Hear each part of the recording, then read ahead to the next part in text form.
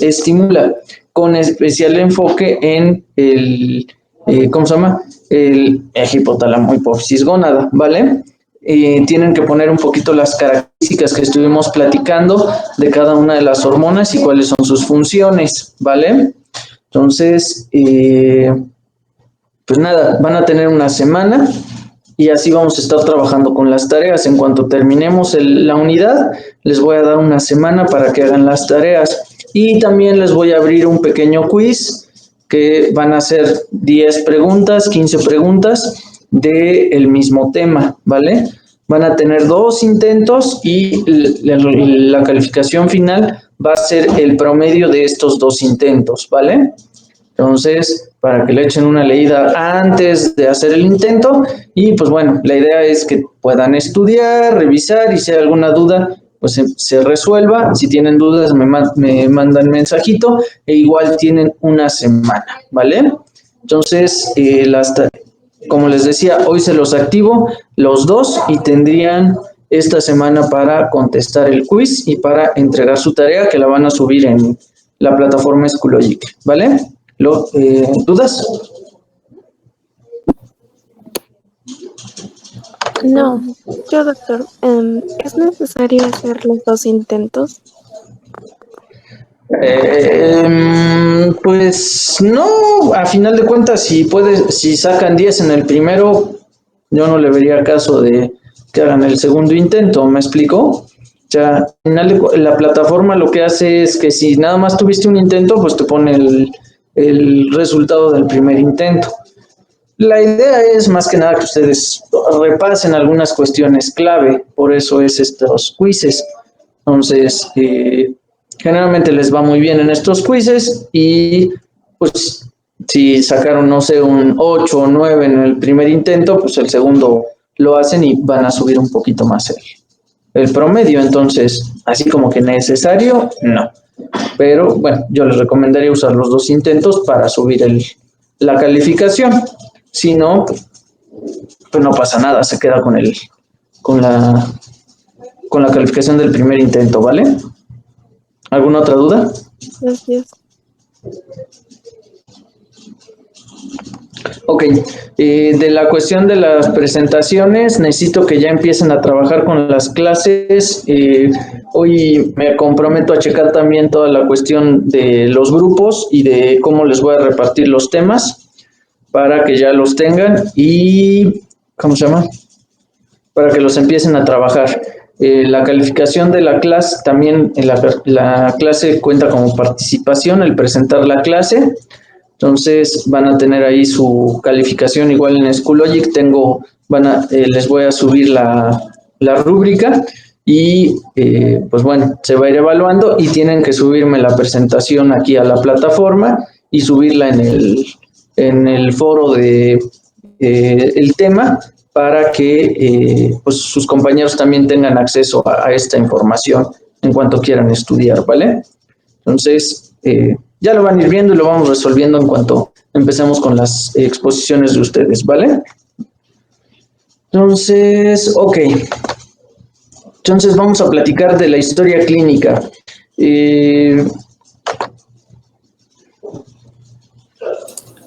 Disculpe, Doc, ¿el quiz va a tener tiempo? Sí, van a tener 1 minuto por pregunta. Van a estar saliendo las preguntas y van a tener 1 minuto por pregunta. ¿Vale? Va a ser una pregunta, la contestan, la que sigue, la contestan y así no se van a poder regresar, ¿vale?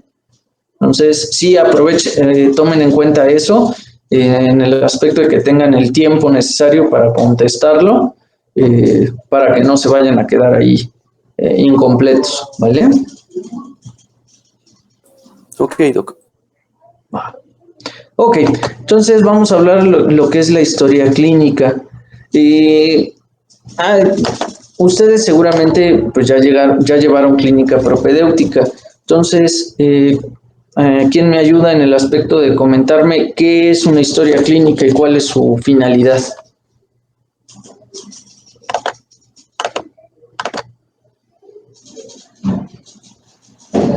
Bueno, yo me acuerdo que es un documento legal en el cual plasmas los datos del paciente y estos son confidenciales y es lo que me acuerdo. Ah, muy bien, Silvia. Bueno, por cuestiones de tiempo ya no voy a pasar lista, así que no se preocupen por eso. Ahora, bien, Silvia, es un documento médico legal, acuérdense, ¿vale? Entonces, tiene esta característica que no solo sirve para cuestiones legales, sino que también que son importantes, no lo niego, pero creo que también hay que entender que es una forma de tener nosotros una constancia de los antecedentes, riesgos y, ¿cómo les podría explicar?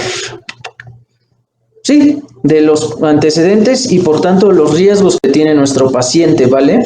Porque no es solo una cuestión de consulta para una cuestión legal. Yo sé que muchos no tienen esto, pero no tengan miedo, por ejemplo, de revisar historias clínicas de pacientes. A veces pasa que tienes un caso complicado, una situación que te está sacando así como de tu línea normal de trabajo y dices, no, aquí hay algo, aquí me falta algo. Y le echas una revisada todo al expediente y con enfoque a la historia clínica, muchas veces tú dices, ah, mira, aquí tiene un antecedente familiar importante. ¿Me explico?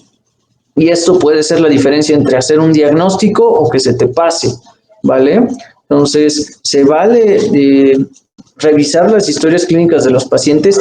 A veces, si tienes alguna duda o una cuestión, incluso repreguntarle a la paciente o al paciente enfrente de él, así como, oiga, ¿y de estos antecedentes usted se acuerda de esto? ¿Me explico?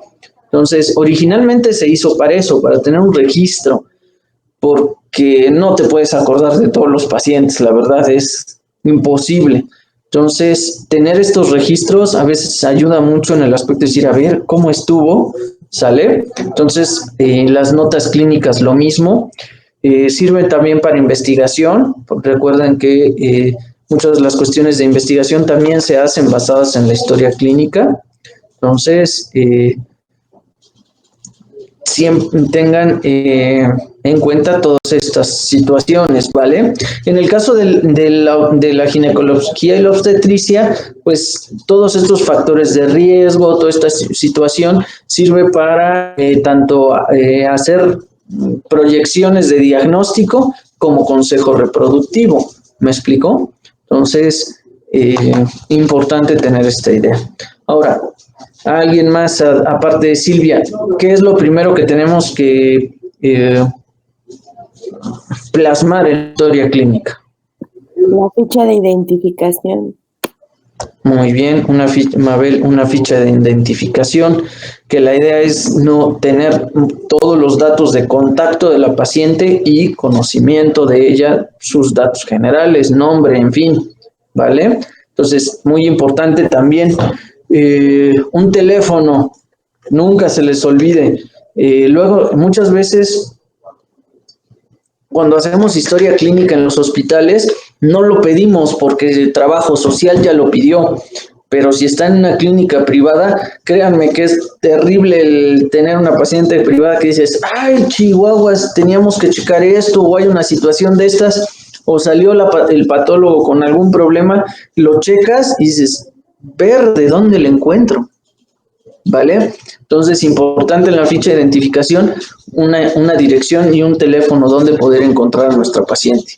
Les digo que esto casi no lo van a ver, no lo van a tomar en cuenta en los hospitales porque ese interrogatorio lo hace trabajo social, pero bueno, también es importante. Bueno, de la ficha de identificación no le veo mayor caso estar platicando de esta cuestión, pero bueno. Ahora, de ahí, ¿qué antecedentes debemos de preguntar?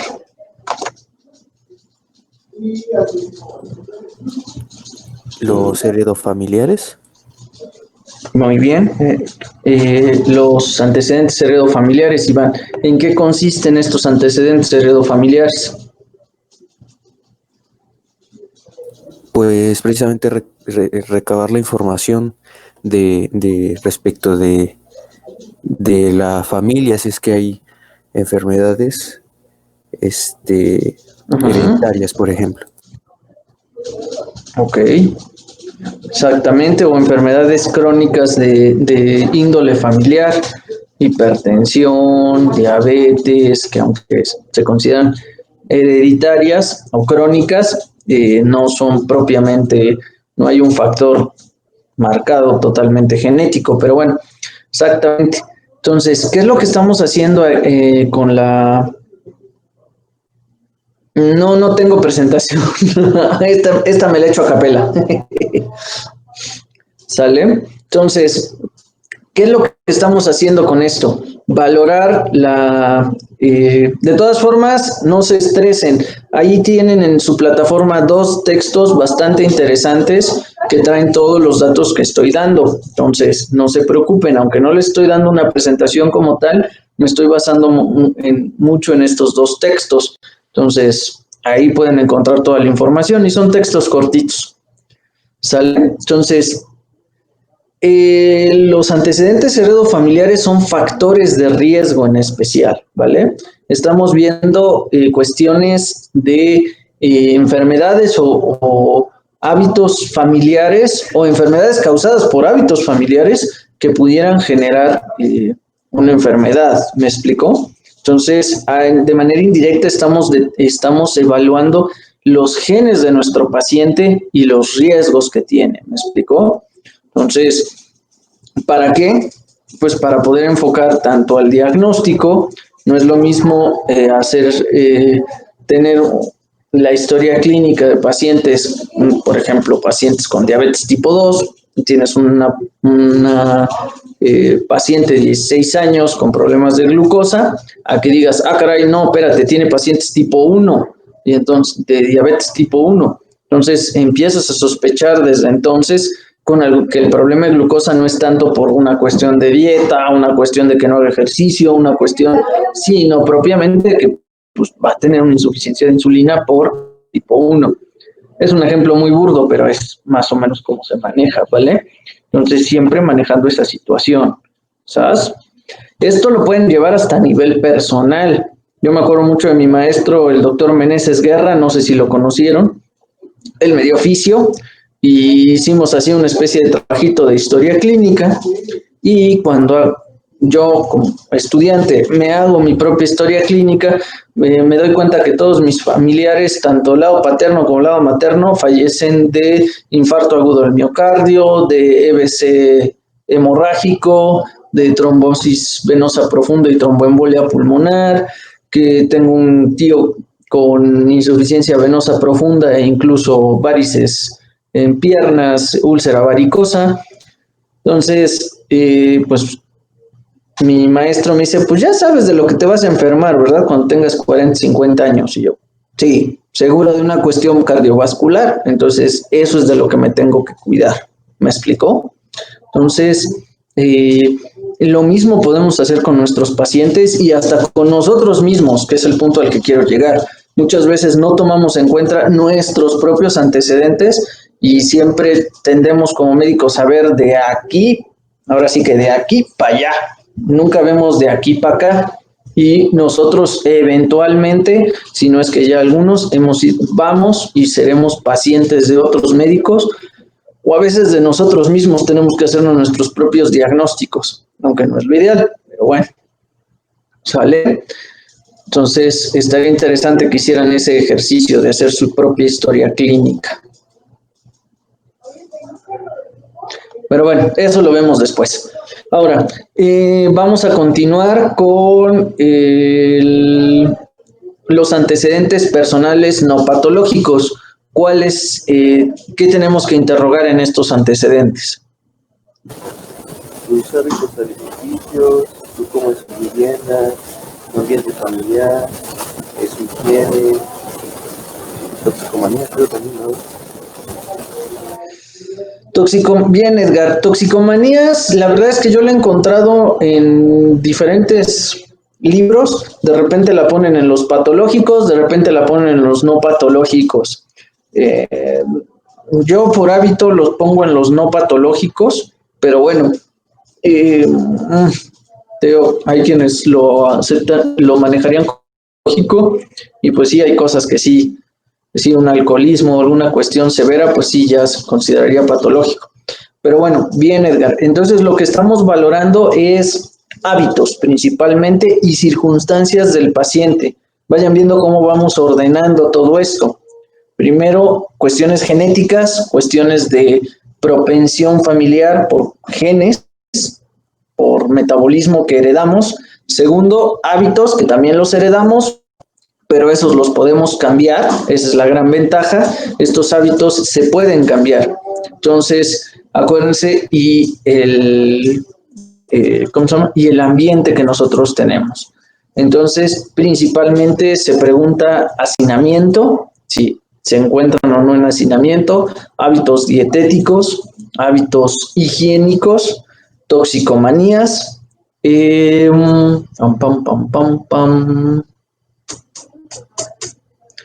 por último también el tipo de sangre, en especial en obstetricia va a ser muy importante esa cuestión del tipo de sangre. En ginecología es importante, pero bueno, como la historia clínica es ginecobstétrica, yo también ahí sí siempre les recomiendo no se les olvide el tipo de sangre. ¿Por qué es importante? Porque las pacientes pueden tener con mucha facilidad antecedente de hemorragias, antecedente de transfusiones o alguna cuestión importante durante los embarazos y el tipo de sangre, en especial las pacientes RH negativas, pues nos puede dar un poquito más de problemas, hay que ser más fino en la búsqueda de ese dato. Entonces siempre saber el tipo de sangre de tu paciente es una cuestión importante, en especial en pacientes obstétricas, pero bueno, ¿vale? ¿Dudas hasta acá? Yo sé que es un repaso mega rapidísimo de los antecedentes. Entonces ya ahorita vamos a empezar con los buenos. Bueno, los buenos para mí, que soy ginecobstetra. ¿Dudas? ¿No? Ok. No. Vale. Entonces, vale. Vamos a empezar con los antecedentes ginecobstétricos, ¿vale? Entonces, ¿qué preguntamos en los antecedentes ginecobstétricos? En cuestión, por ejemplo, del desarrollo, que es lo primero que debemos de preguntar, del desarrollo puberal. La menarquia. Por ejemplo, la menarca. Abril, muy bien. Menarca, ¿qué otra cosa? ¿Cuántos días duran? Pues, por ejemplo, en la cuestión de la menstruación. Espérenme, está bien. Vamos a entrar a los ciclos, pero aparte de la menarca, hay toda una serie de datos del desarrollo puberal que necesitamos preguntar. ¿Pubarca? ¿Cuáles son? Pubarca, muy bien. Telarca Vania. también. No vi quién dijo eso, pero está bien. Telarca, ¿qué más? Fecha de última regla. Ahorita entramos con eso. Estamos hablando del desarrollo puberal. La adrenarca. La adrenarca es la formación de vello a nivel axilar, ¿vale? Entonces, son importantes los 4 datos. El más importante es la menarca, así de simple, estoy de acuerdo. En una historia ginecobstétrica, en una historia clínica general, siempre deben preguntar la menarca, pero si van a enfocarlo a cuestión ginecológica, siempre hay que preguntar adrenarca, telarca, pubarca y menarca. Si ven, entre comillas, el desarrollo de los 4 caracteres sexuales secundarios más marcados, ¿vale? Entonces, es importante porque con eso valoramos de manera muy general cómo se desarrolla la paciente y si tuvo algún problema en este desarrollo. ¿Me explico? No es lo mismo tener pacientes que hayan desarrollado la adrenarca a los 9 años y menstruaron hasta los 16. Algo pasó ahí o nunca menstruaron. ¿Me explico? Entonces, desde ahí ya estamos evaluando el desarrollo de nuestro paciente. Lo vamos a ver más detalladamente en lo que es pubertad, pero que se les quede claro ahí esta situación. Ahora sí, en cuestión del sangrado menstrual, ¿qué debemos preguntar? Pues, por ejemplo, ahí se pregunta la fecha de última menstruación, el número de días que dura el ciclo, el número de días que dura el sangrado, la cantidad del sangrado, y ahí se sabe si es regular o irregular, y también si hay presencia de dolor durante la menstruación. Muy bien. Perfecto, Abril. Muy bien. Entonces, todos esos datos tenemos que ver. Ah, no. Soy María No eres José, pero Abril. sí. Ya te vi, María José. Perdóname. Es que entre todas las fichitas me hice pelotas. Exactamente. Es muy bien, María José. Es, todas estas características son importantes. Además, faltaron un par de detalles que son la cantidad de sangrado y si existe coágulos o no, ¿vale? No es lo mismo el tiempo, la paciente puede menstruar 7, 10 días, pero menstruar muy poquito, usar una toalla, 2 toallas, a que menstrue 3 días, pero esos 3 días, perdón por la expresión, pero parece que estén matando a alguien, ¿me explico? Entonces, que tenga que usar incluso pañal y que tenga coágulos grandes, ¿vale? Entonces, ahora, aquí viene una pregunta, ¿cuánto más o menos debe de menstruar una paciente por ciclo en cuestión de volumen?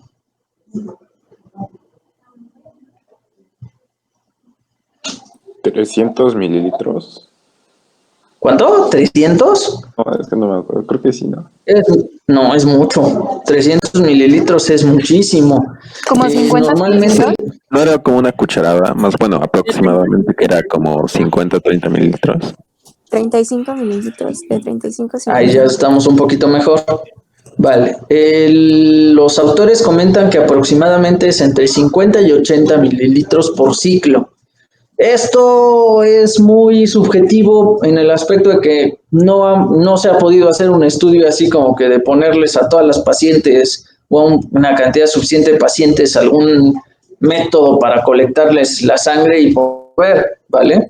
Entonces, pero se calcula que aproximadamente 80 mililitros, ¿sale?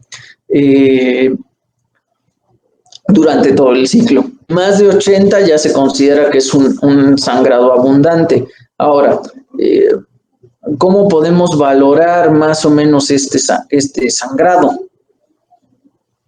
¿Por qué no le vamos a poder decir a la paciente, oiga, agarre la sangre que sacó y métale en una probeta?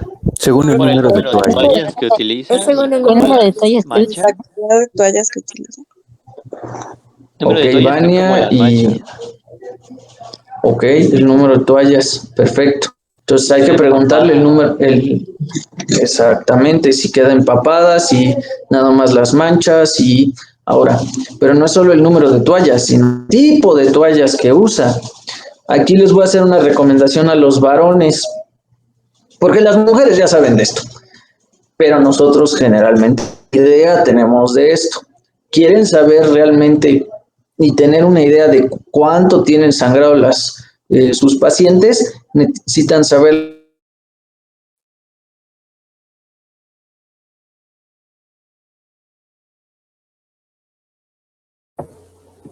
flujo alto, nocturna y creo que ya, si no mal recuerdo. Se cortó. ¿Puede repetir eso? Cortó, sí, por favor. No se escucha. Perdón. Ok, que necesitan saber que la recomendación es que se vayan a dar una vuelta como varones, los varones, insisto, porque las mujeres sí saben de esto, y se vayan a la tienda, al supermercado, se planten enfrente del stand de toallas sanitarias y empiecen a leer. Ahí dice más o menos cuánto absorbe cada toalla, dependiendo del tipo de toalla, si es de flujo bajo, de flujo medio, de flujo abundante, si es nocturna, si es tampón o si es pantiprotector. Y chequen más o menos los volúmenes que manejan, porque eso les va a ayudar a saber cuánto menstrua su paciente. No es lo mismo que te digan que usa 3 toallas de flujo bajo, a que te digan, no, Doc, uso 3 toallas nocturnas durante el día. ¿Me explicó? Entonces, es interesante ver eso. Incluso entre marcas, los flujos son un poquito diferentes. O sea, la cantidad de líquido que pueden absorber, aunque estén catalogadas como por ejemplo, de flujo medio, algunas absorben un poco más, algunas absorben un menos. pero para que se den una idea. Chequen varias marcas y chequen los tipos, si es que tienen curiosidad en este aspecto, ¿vale? Ahora, otra pregunta que debemos de hacer importante, coágulos. ¿Es normal que la paciente menstrue con coágulos, sí o no? No. No. No, exactamente, Juan. Nunca, ¿vale? Cualquier paciente que presente coágulos no es normal. No estoy diciendo que esté enferma, son dos cosas diferentes. Hay pacientes que por su fisiología tienden a tener sangrados muy abundantes y no les podemos hacer una enfermedad. Pero recuerden que la palabra normal quiere decir que el 95% de los casos está dentro de esto, ¿vale? Un 5% va a estar fuera, o sea que no es algo esperado y habría que buscar cuál es la causa y si se puede encontrar una causa. Entonces, no. Una paciente que menstrua con coágulos no es normal. Ahora, el dolor. ¿Es normal tener dolor durante la menstruación? No. No, depende del paciente también. Depende del paciente. Ahí Sí suele presentarse. Vale, También supongo aquí que la hasta cuestión cierto es... grado de dolor, ¿no? Sí es normal Ándale, tener a ver. dolor, pero tampoco tan intenso. O sea, creo que ahí más bien es preguntar qué tanta intensidad del dolor tiene, si necesita tomar algún medicamento para controlarlo y con qué frecuencia lo toma. Entonces, creo que más que si presenta dolor o no, es más bien la intensidad. Ok, Exacto, porque creo que Oliver. es incapacitante, ¿no? Creo que es más raro Ok. que no haya dolor. Exactamente. Por ahí Oliver creo que levantó la mano. Sí, ¿No? no estaba probando nada más, perdón.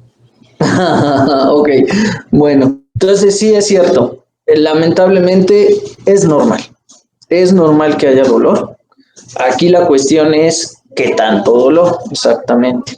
Se considera que debe de tener un dolor de leve a moderado que le permita hacer sus actividades normales con cierta molestia, obviamente, pero que a pesar de estas molestias pueda hacer sus actividades normales. El uso de analgésicos es también importante preguntarlo.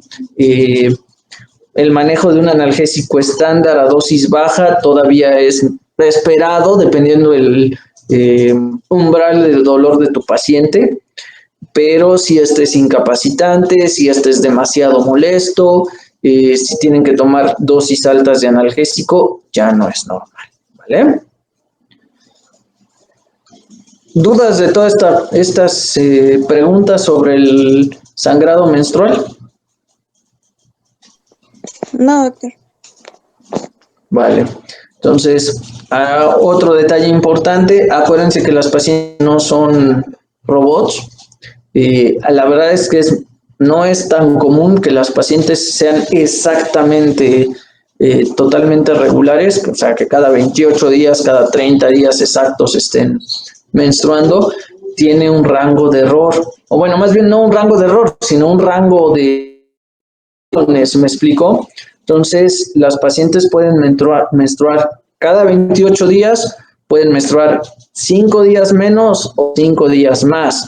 Se considera que en 28 hasta 33, 35 días es normal y cada 24, 25 días también es normal, ¿vale? Cada paciente es diferente. Obviamente también eso tienen que tomarlo en cuenta. Si tienes una paciente que menstruaba y ahora por cuestiones que no sabemos, lleva 3 meses menstruando cada 24, 25 días, para ella era su menstruación cada 35 días. Algo cambió o hay alguna situación que le está generando sangrados más seguidos. ¿Me explico? Entonces, lo mismo pasa con pacientes que menstruan cada 26, cada 25 días y de repente se van a 35, 40 días. Algo pudo haber pasado, ¿vale? Irregularidades menstruales de 1 mes, 2 meses son esperados, ¿vale? No hay muchos factores que ya estábamos platicando, el estrés, el cambio de dieta, hasta el sueño puede afectarlo, ¿vale? Entonces, no sé ustedes, yo sí tenía Tenía, por ejemplo, compañeras en la facultad que en temporada de exámenes se brincaban esa menstruación, así de simple. No les llegaba, porque no dormíamos, porque estábamos estudiando, porque se nos juntaban los trabajos finales y todo este estrés y toda esta situación les llevaba a no presentar su menstruación. Peor para ellas porque se les atrasaba y era todavía más estrés para ellas, pero bueno, no sé si me explique.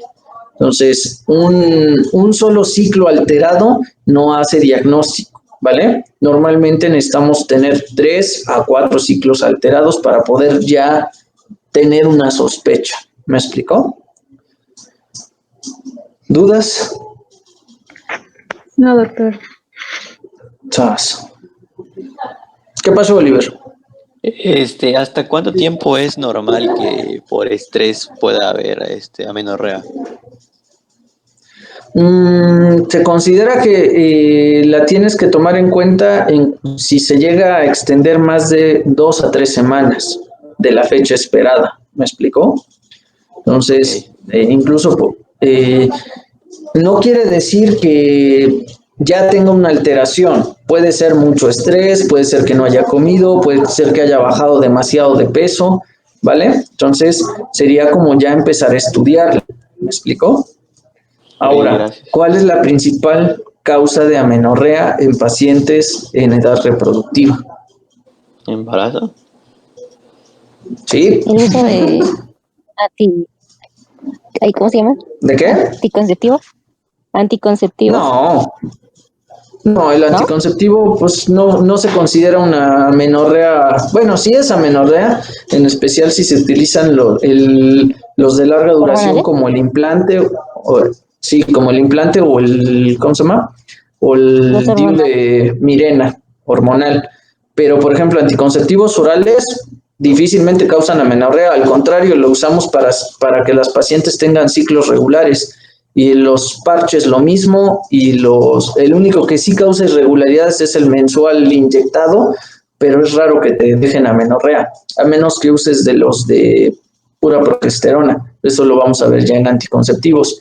Creo que levantó la mano Abril. Ah, sí, síndrome de ovario poliquístico también.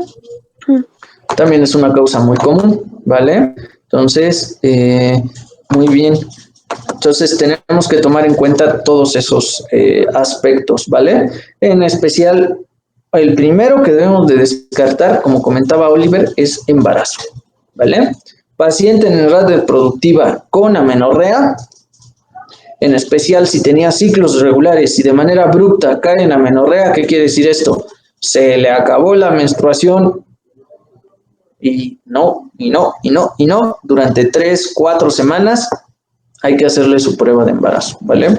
Es diferente con pacientes que pues tengan ya de por sí el hábito de amenorrea. Dices, no, pues es que menstruo cada 3, 4 meses. Pues bueno, ahí sí ya es diferente. Pero en todas estas pacientes, lo ideal, en especial les digo, pacientes en edad reproductiva que son regulares y que pierden su menstruación, pasan 3, 4 semanas sin su menstruación, lo primero que debemos descartar es embarazo, ¿vale? Y aunque les digan que no tienen novio y que no pasó nada, y que háganle su prueba de embarazo junto con sus otros laboratorios de sangre que vamos a platicar, y con eso si ustedes se quitan de broncas, ¿vale? Pam, pam, pam. Ahora sí, importante, vamos a hablar de todos estos datos son importantes y necesitamos saber la fecha de última menstruación. ¿Qué es la fecha de última menstruación? Doc, perdón que lo interrumpa, pero es que ya son las 8. Ok. Muy bien, vale. Entonces, pues ya los dejo porque muchos tienen